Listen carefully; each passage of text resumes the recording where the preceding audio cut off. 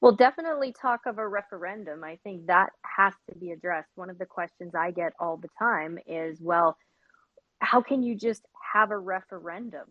Well, a referendum is your right to answer a question for yourself.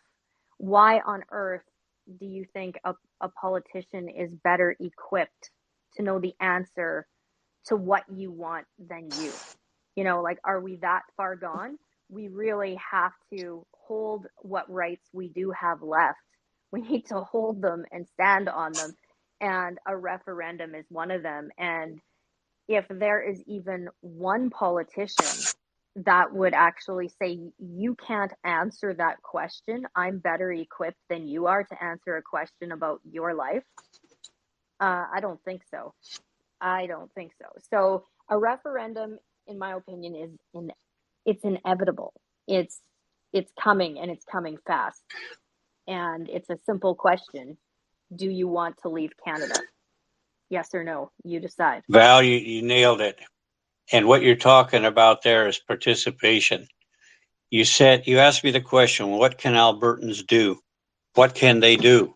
You know, they're in some cases they're desperate. Well, that desperation needs to become action. It needs to turn into action. Every Albertan who's concerned about the state of the province of Alberta needs to be in touch with their legislative member. And they need to start pressuring them now to move towards that referendum. Every MLA in that province should be being bombarded by his constituents to move toward that referendum now, not 2 years down the road. In fact, in 6 months, it might not even be Danielle Smith that's the premier. So they need to act. They need to act now. I mean, time is of the essence. You know, I'm an old separatist, and I always thought separation was the way to go. But I think the process of separation is too cumbersome now. I think they need to join the United States because the system is already in place. They don't have to start putting together their own military, their own financial institutions, you know, all of the organizations that it takes to run a province or a state. All of those things are already in place.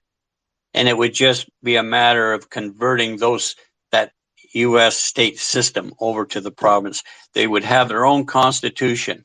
I mean, that's huge. They could write their own constitution and determine their own future. They wouldn't have Trudeau down there determining what their future is going to be.